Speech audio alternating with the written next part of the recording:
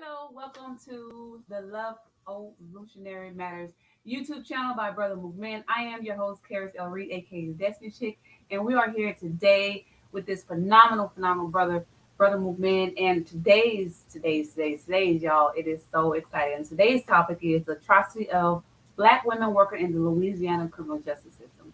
If you all have watched the two previous videos that Brother Movement has uploaded with him and I interviewing, it was some great information about the Louisiana justice system and the unfairness that they have. So we're going to go ahead and have him, if he wants to do another introduction, and we can jump right into it. How y'all doing, brothers and sisters? My name is Dwight Ben Lukman. I hail out of New Orleans, Louisiana, born and raised in the Ninth Ward, Lower Ninth Ward, and I'm here to share some insightful information, very informative information for our people. Pretty much to allow them to, check themselves before they fall in the same pitfall. Awesome. So we're going to really focus on why Black women in particular should not be working in the Louisiana criminal justice system. So the first question is, how is women viewed in the Louisiana criminal justice system? That's a good question.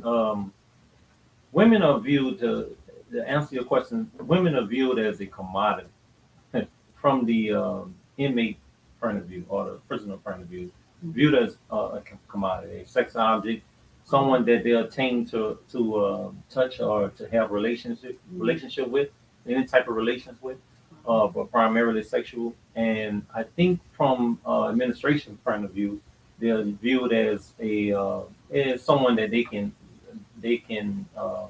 make do they bid no call do they call for. Yeah. Wow. Okay. Tell us your experience with the Black female correctional officers when you were incarcerated. Okay.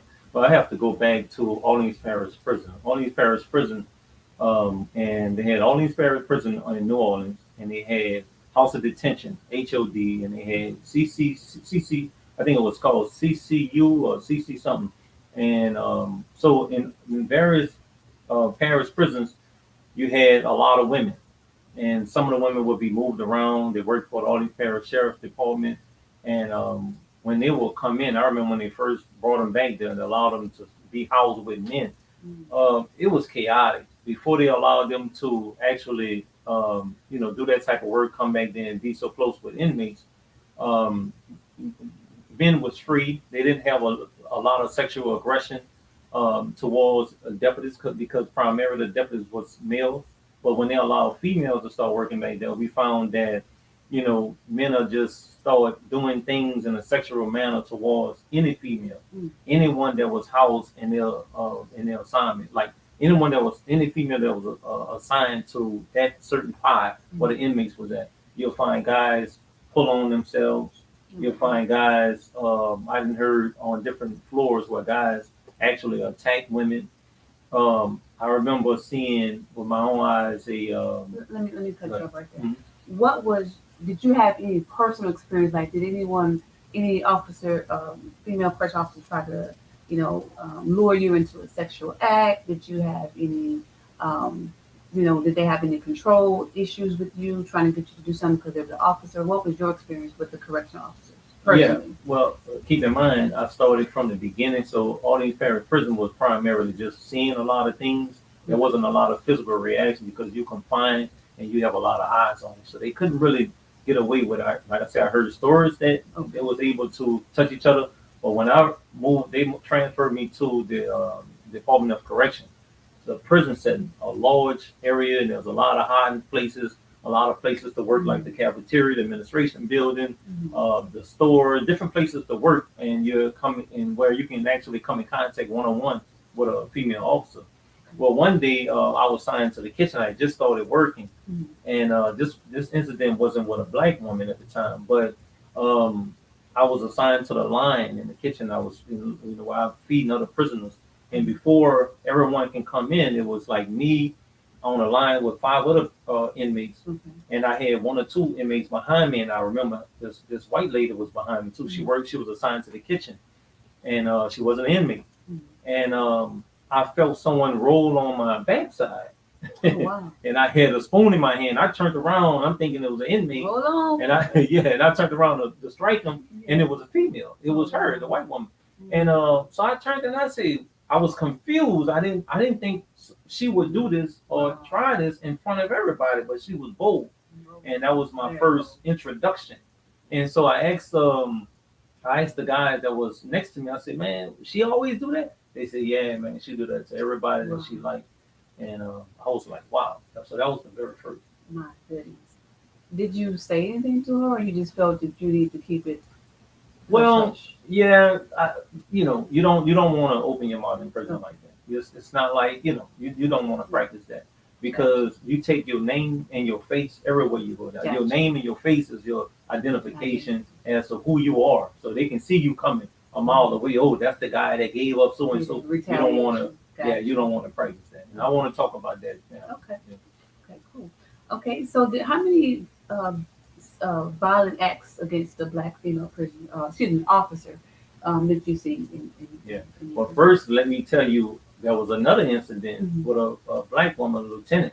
Okay. Before I get to that topic, Okay. I was like I said, I was when I came in, I was new to the prison industrial complex and inside of a confined environment like a prison cell, and I was one of my jobs or the educational, the things that I was pursuing was the teaching of HIV and AIDS and STDs to the main compound, specifically to guys that was going home. So I wanted to like teach them, and I was taught by American Red Cross. I got all my license, and so that was this particular lieutenant, black woman that she called herself liking me. She was very aggressive, Okay. and it was about 1999 to 2000. And wherever I went, she would find her way around me, and she would ask me questions about relationships. And I was like, "Nah, I'm not interested." And I just blow off. And I knew she was a ranking officer. Yeah. And then I did it so much to where she went to one of my friends, my Muslim friends, and she asked him. She said, "Is he gay?" And he came back to me, and we laughed about it. And he said, "Why would you, ask that?" He said, "Because I've been trying to come on to him for a while, and he ain't budged." And and so we laughed about it. But what she didn't know was, in my mind, I've seen guys that was taking HIV and AIDS medicine. That was taking the medication. I have heard guys, and I would see them in line every day, like 2-3 times a day or whatever. Back then, they were taking the medicine, and we had heard a lot of rumors about who was getting it or not. And so let's backtrack to the white lady that aggressively humped on my back while I was serving food, right? Well, I found her in the kitchen. It was a place where you put they put the trash in like a cold freezer. Okay. And so when I went to drop the trash off in the freezer one day, right after work, I was cleaning up. I opened the freezer, and lo and behold, it was a guy that we knew had HIV, and he was in there with that same white woman, and he had her bent over. All right, and so I opened the door, and I looked, and I dropped the trash right there at their feet, and I turned around and I left. And like I say, that's not something you want to report. This guy had been down at the time 20-something years. He was a big as someone who know the ins and out of the prison industrial complex, and he can touch you if he wanted to. So later on, I expected she to come to me, the lady or the guy. And it was the guy that came to me, and he was trying to offer me everything that he had. He said, "Man, I have this, I have that." And I said, "Look, man, I don't know what you're talking about. I don't even know you. I've never seen you in my life." And I left it at that. And so, right on. I continued on my journey. Wow. Okay. Yeah. And so, speaking of the violence, yes, there was a lot of violence against female correction officers. There was a black young girl. She was about 25. She came in very beautiful, small, and she fell for one of the inmates. And when she fell for him, he was unhinged. He walked around crazy, and we watched them go back and forth like lovebirds, hanging out, And one day, for some reason, I didn't know at the time, he felt violated or disrespected by her, and he smacked her. Oh, And when he smacked her, she hit the floor. He hit her so hard that she hit the floor and slid her. And he was a taller guy. And so they wound up getting them out of there, beating the guy and everything. But I found out that she had been talking to, or suspected to be talking to, another inmate while already in prison. Wow. So I've seen that with my own eyes, and that was one of the most traumatic things that I've seen.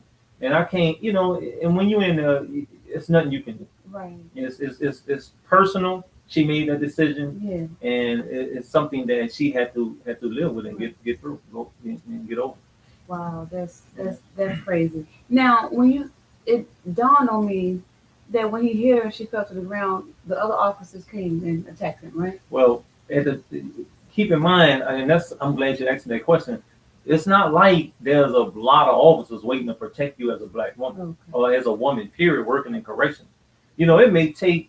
I mean, if he wanted to beat her to death, there was nothing no one can do, because they have these like signals on the side of the belt or walkie talkie. A lot of them have just signals, and if they hit that signal, it may take 10 minutes, 5-10 minutes to get there, because it was so many fences. But what if she can't hit a signal? Yeah. And sends a signal out, over analog signal, and say, I'm being attacked, I need help, there's an emergency. But what if she can't hit it? That guy had all that time to really attack her and seriously injure her and send her out there in a pine box. So that's a reality of working in prison. You don't think that as a woman you're going to go in and you're going to take charge, and especially as a cadet, you don't run nothing. They don't know you. You just a number, just like the inmates. They're locked up, but you're locked up too, because most of the time you doing time, you confined with them. Anyone can attest to that. If you do 24 hours, if that man do 365 days in jail, you may do 360. 5 days difference. Because that's how much these guys, these young ladies and young men, is incarcerated with these inmates. Ooh, I couldn't imagine myself having a job like this. But we'll get to that in a second. Yeah. How many open sexual acts did you witness with the black female? Yeah, I'm trying to think. So I've seen, and I shared this with you. I was sitting on the dome, and I was about, I'm gonna say, 50 feet away from the front desk where they sit at, where the officers sit at, and it was a female, young girl, young black girl, and there was a older lieutenant. The man was in his 60s or early 70s, and he had a sleeping problem. I say this. Yeah. If you have children watching, please send them to the next room. Yeah, thank you. And if there's a trigger for you on violence against women, please, understand that the topic is about violence in prison, and about why women, black women particularly, shouldn't be signing up to go inside of a prison to babysit men. Okay. So she was sitting there, and she was in a high chair, and I was able, where my bed, where I can sit on my bunk and see directly into her face, 50 feet away. I can see this. And it's a long hallway, and I saw 4 guys. One that was talking to her, one that was on the phone watching, and I come to see that he was watching his back. He was waiting to see if another officer or a sergeant will come through the door. Okay.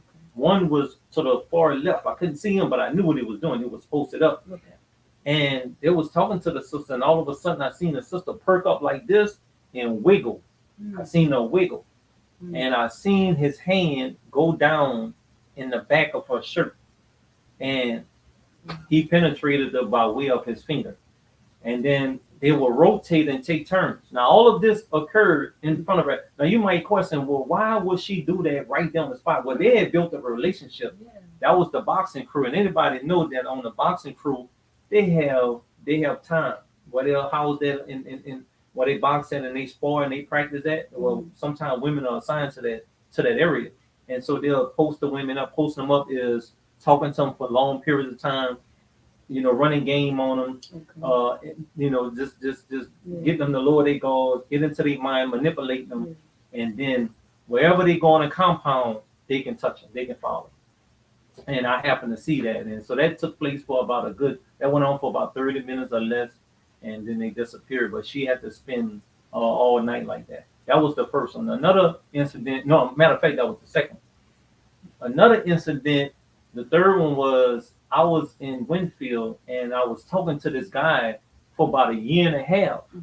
But I didn't know his business because I'm never asking someone their business, Right. and I didn't ask that other people knew my business, you Mhm. know, because whatever you do is your business. Whatever I did, how I live my life as a Muslim upright guy, that was my business. Right. All right. So this guy, one day, I don't know why, but he elected to tell me his secret, and he said, "Man, you know, you ever wonder why I get up early in the morning, 7 o'clock before everybody, and take a shower?" Now, keep in mind, he took a shower that night before he went to bed. Mm. Now he wake up in the morning and take a shower, but it's not strange to me because when a man take a shower in the morning, Mhm. that means he had a vision. He had some type of dream we call wet dreams. He had a dream. All right, and that's they let you do that. But he did it en route to work. He worked in the legal field. He was a law clerk, Okay. and he had a private room to himself or a building that needed a key to let him in. Mm. The person that let him in that was assigned to that place was a female. Oh. All right, she was assigned that morning. So this guy was allowed out of the dome before the compound will open. Wow. And so he left after showering. He got his stuff and he went to work. In my mind, he's at work right outside in his private room. Well, he came back and he said, "Man, you ever wonder why I take shots?" I said, "No."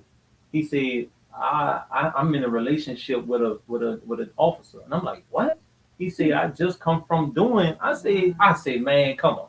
I said, "We've been around each other for a year and a half, and you just broke that to me?" He was like, "Yeah, man." He said, and so my antennas went up. I wanted to see this woman. I knew how she looked. She was a good looking black woman. And then one side of me felt sorry for her because when you at work early in the morning like that, she just came on at 6 in the morning. Yeah. She had to remain in that state of uncleanliness until 6 in the evening. So that's 12 hours. Oh, wow. Yeah. Now walking around feeling violated, Oh, wow. you know, and being manipulated by a man.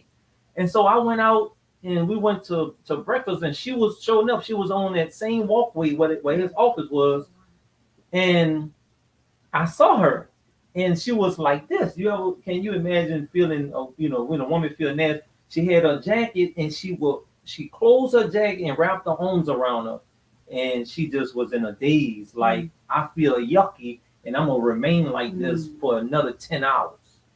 And that's when I seen it for myself. I said, "Well, the brother not lying," and yeah, that was a situation. So, Goodness. but the worst situation, you want to talk about that? Come on with it. Well, that was in DCI in 2000, right before I made parole, right before I went up for parole. I was working as an electrician, and no one seen this. I was the only inmate, prisoner electrician.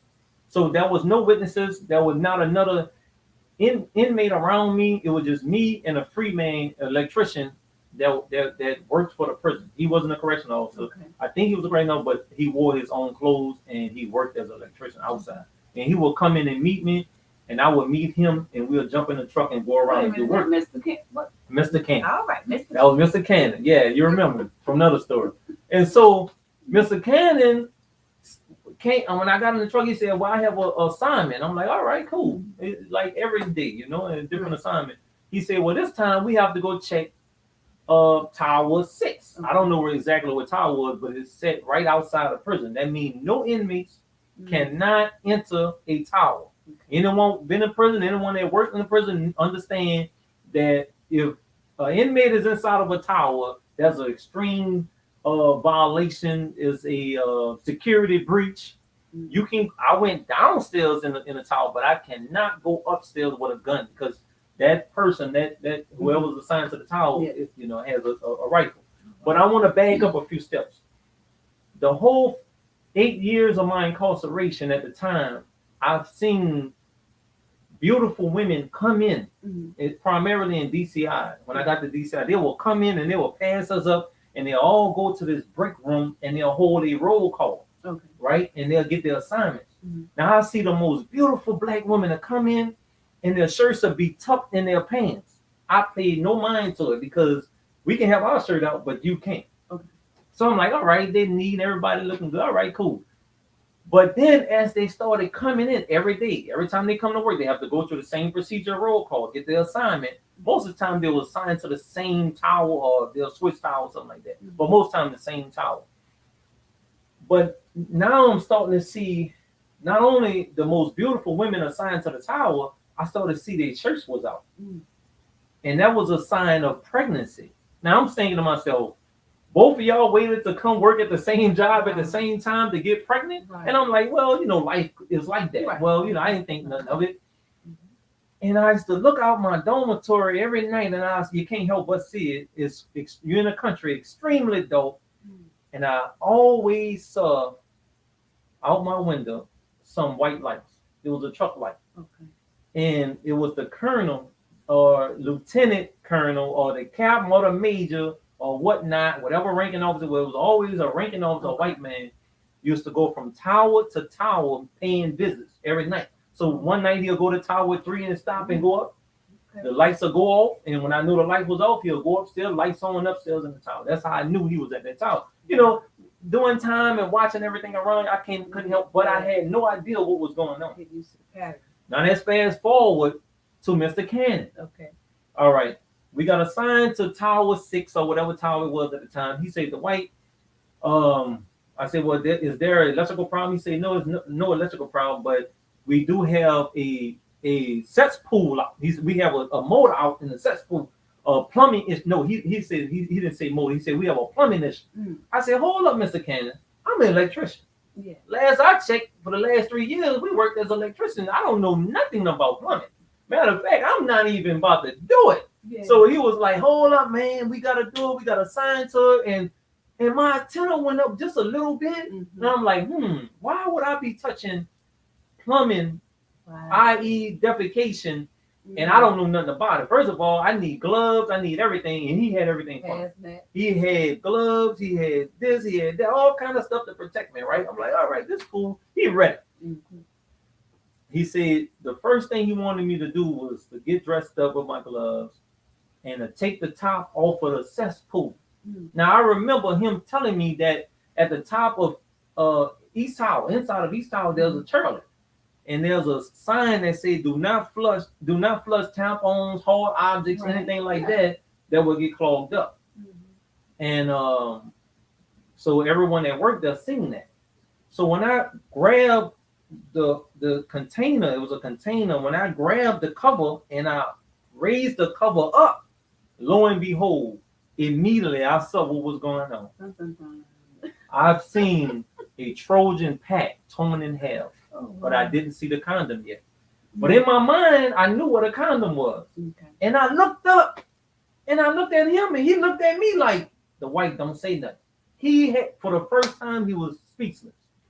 Mr. Cannon can talk, but this time he was speechless, And I'm like, I be damned.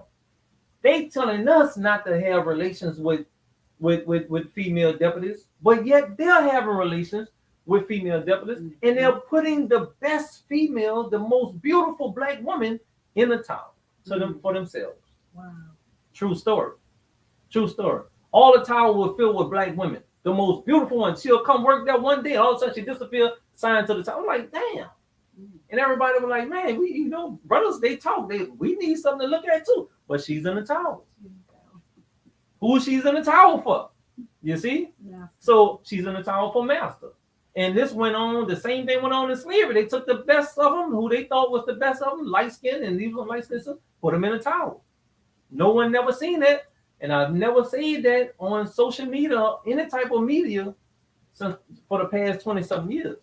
Wow. So what was the second part you got? And so I pulled the motor up, because the motor burnt up. It burned up, couldn't spin at the bottom. I have never seen a cesspool motor.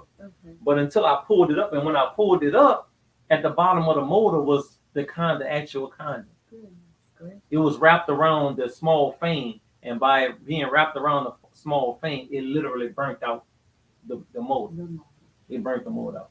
So we had to take it in silence. I felt like I was removing it. I don't know. It was just bad. And he wouldn't talk to me. Mr. Cannon wouldn't talk to me. And so we got there. He was like, the white, just do it, do what you got to do, wrap it up. And that was it. And so I started seeing things in different light. That's been on around me for the past 8 years. That's a new level. There's something else going on with our sisters in this behind enemy lines. and they're accepting that. What allow our sisters to accept that? Yeah. You understand what I'm saying? And yeah, it was horrible. That's crazy. Now we got to get back to the purpose of your video. Yeah.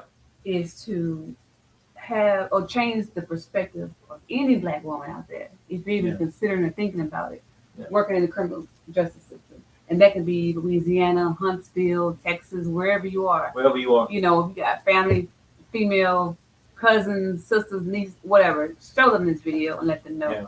Now, let me ask you this. Why do you think the women go to these types of jobs? Is it because the pay, the stability? What is your perspective on that?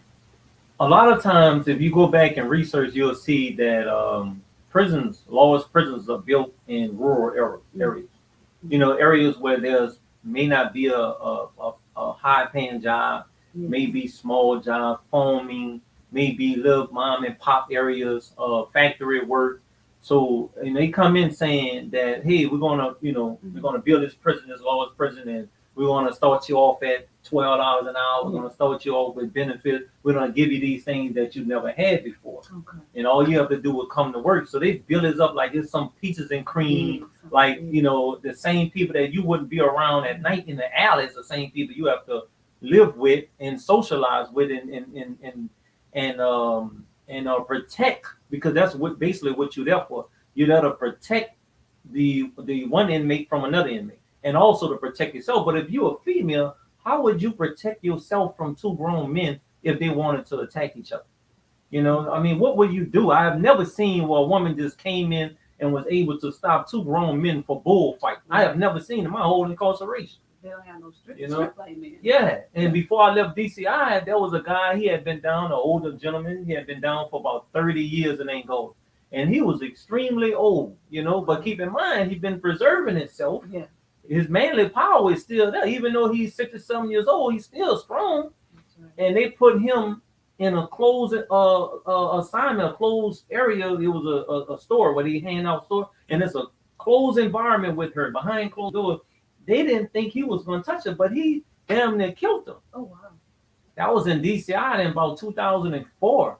He beat her for a while before she was able to get her. Matter of fact, it was prisoners that was there that went and called. If they would never went and called for help, she would have died.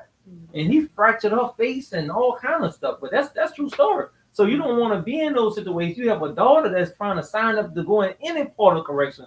You don't want to be in that. And also the sexual aggression between not only inmates, but deputies themselves. Yeah. When I was in there, a lieutenant and a captain literally got in a fist fight behind their wives. Oh, wow. One on wires. The captain was having sex with the lieutenant wife.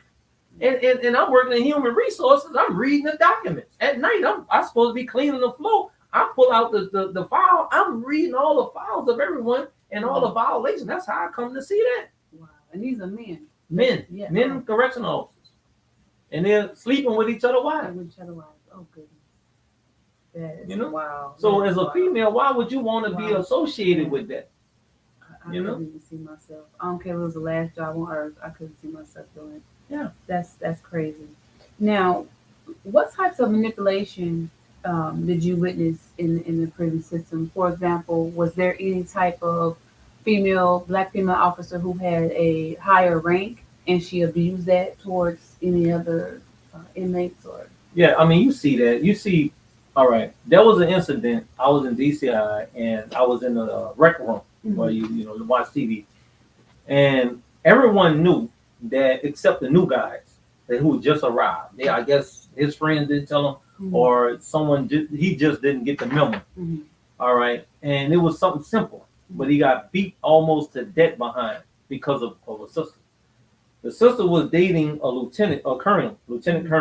She was dating him, and he was married, right? Okay. He went home to his wife every day, but when he come to work, he played with a sister, and he put on a pedestal that, hey, no one is to mess with you. I'm gonna give you the best job. You just sit in the rec room and watch over inmates. But she had made it known that I don't want no one within 3 feet of me. There's a line on the floor. You come within that line, I'm pressing this button, and my master gonna come and kick your ass. And so this brother came up asking her a simple question. He didn't know. He had just got there. Yeah. Asking her a simple question about a pillow for his baby. And she didn't respond. She went straight to that button. She hit that button, and everyone, all 3, 4 white boys came out, and they just started beating the brother. I've seen this with my own eyes. And she would walk around like she was just doing something as great as, Sheba. You know, she thought Queen Sheba. She thought her job was equal to Queen Sheba.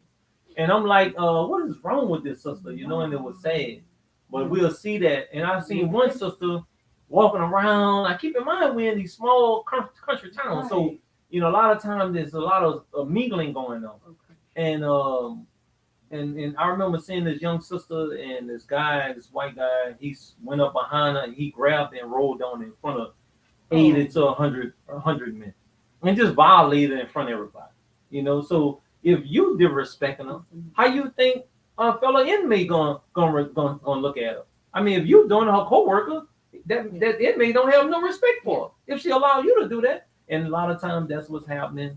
A lot of manipulation with drugs being brought in by young women. And right now I'm hearing that, the age group is getting lower and lower. At first it was coming in at 30, 35 years old. They want to pay their mortgage. They want to pay for their kids.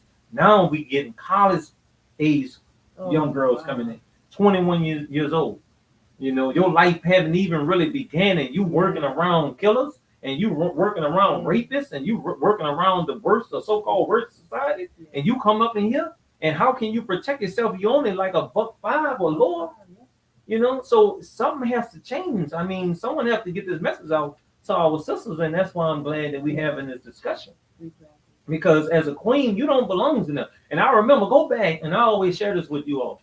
Go back just 100 years ago amongst the native tribe of in America on this hemisphere. Not getting back in Africa yet, but we seen where men could not do the job of a female. And females could not do it was a taboo, the job of a male. That came after the annihilation and the subjugation of the native people by white people. Okay. See, when they exploited the women and the Indians died or they ran off and be with another tribe and the few remained, well, they made the men do domestic housework sometime or things that normally would be attributed to a female, and they made the female sometimes do physical labor work that was attributed to the male, and it just got crossed up. Wow. You see what I'm saying? He was already making his woman do the same, and then he was making a black woman do it. And when we came, he kidnapped. You see what I'm saying? So the story got all messed up even to this day. So you would have to go back and see how our ancestors was living. Yeah. And stop just accepting something on face value just because they say they're gonna give you an extra $2 on your check. Yeah. So sisters gotta wake up, man. Prison is no joke. Yeah. From what you're saying, it's no joke, and I don't believe any amount of money would be worth, the abuse. I mean, mentally, physically, that's a lot of psychological stuff you got to deal with as a female in there at home, going home after that. That's a lot. That's a lot. Definitely. So, you told us a lot. Now, you mentioned one white female officer. Was it really? What was the ratio from white to black female officers? Was it the same as ratio to white and black men, or was it? By me working in, that's a beautiful question. I was working in human resources, and I was able to see the interviews, like the people that come off the street for a job, and overwhelmingly, I've seen more. And I seen a hire. I seen the interview. I was there for the interview. I wasn't in the room, but I can see who's at the table looking for a job or trying to sign up for a job. It was always overwhelmingly a black woman, and it was overwhelmingly white men. All right, that came for the interview, and then you have black men and you had white women. All right, now those that came back for the job, who actually had the job, was hired on. Overwhelmingly, it was black females. Overwhelmingly, it was black men. The white female and the black man, he didn't make it back in droves because that wasn't what the slavery is about.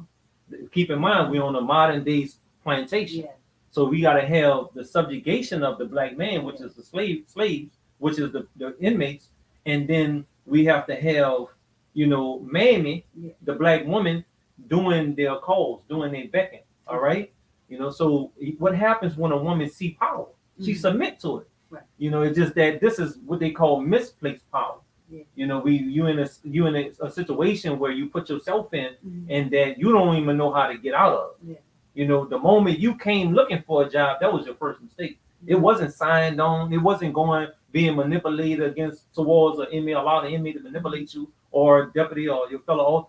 That wasn't it. Your first mistake was when you came to sign on the for the job, because what's waiting on you on the other side is horrendous. The things that you have to go to as a woman, yeah. So give us a number figure. Would you say 50 black females to 10 whites? Throughout that month, or let's say within that month or two, if I've seen 100 black females come for the job, I've seen about at least 70 that got the job. At least 70. And if I've seen 100 white women that came for the job, I've seen about 15 that got the job. And if I've seen 100 black men that came to work inside of a prison for a job, I've seen about a good 10. And if I've seen 100 white men that came for a job, I've seen a good 50. So we had a higher proportion of black women and white men. All right. So if you go around the prison industrial complex, this is the numbers you will see. You will see higher proportion of black women and a larger proportion of white men. Mass of the slave. And that was because they didn't want the white women in the prisons. They were protecting them. Would you want your wife next to black men? I mean, and next to so-called atrocious men? Would you want someone that you love? So they allow black women to come in because they don't love you. Yeah. Simple. And the ignorance of the black female, just not knowing. They thinking, oh, I got the job over. Yeah. Well, we have to go back to the paramecium. Where are you on the line? Where are you rated at? Where are you rating yourself at? So if you don't value yourself as being original, then no one else could. No one else can. So that's just life. That's for everybody. That's for the Chinese man, the Japanese man, the Vietnamese man, the black man, the white man. If you don't value yourself, I can't value you. Nobody else. If you don't consider yourself a queen, then I can't consider yourself a queen first. True story. I told a beautiful black woman, the most beautiful black woman I've seen at that time, other than my mother. Dark skin. I say, excuse me, sister, you are one of the most beautiful black women I have ever seen. And she was standing up on the walkway, and I meant that. And she was responsible for letting guys spend, going to canteen, spending money. And she looked up and said, "Who, me? My monkey ass?" And that's when I knew, and that was in 2000. Imagine how long that was. Imagine the state of mind that she was in. And the first thing came to my mind was, you in the wrong place to have low self-esteem. That's right. Because if you have low self-esteem in here, then you're going to get eaten alive. If you don't value yourself and you don't value your own beauty internally, because anything that's reflected on the outside is reflected on the inside. Wow. That's, whew, man. Okay. So that really concluded our questions. And if you want to say anything to your audience, to your YouTube channel, go ahead and do so now. Again, you guys like, share, and follow. Stay tuned weekly for the Motivational Wednesday. And Brother Mokmin, go ahead and take us out. Yes. I would just like to say that to my brothers that's listening and would like to listen, and in the future will be listening to this talk. Share this with your wives, share this with your daughters, share this with your nieces, your sisters. Just try to get the message out, man. And sometimes you may have to take leadership. Sometimes you may have to take the initiative to try to discourage our sisters from putting themselves at risk. Because I remember my sister, I was incarcerated. I remember my sister, my older sister, she asked my mom to ask me. She said, ask the white, should I come get a job in corrections?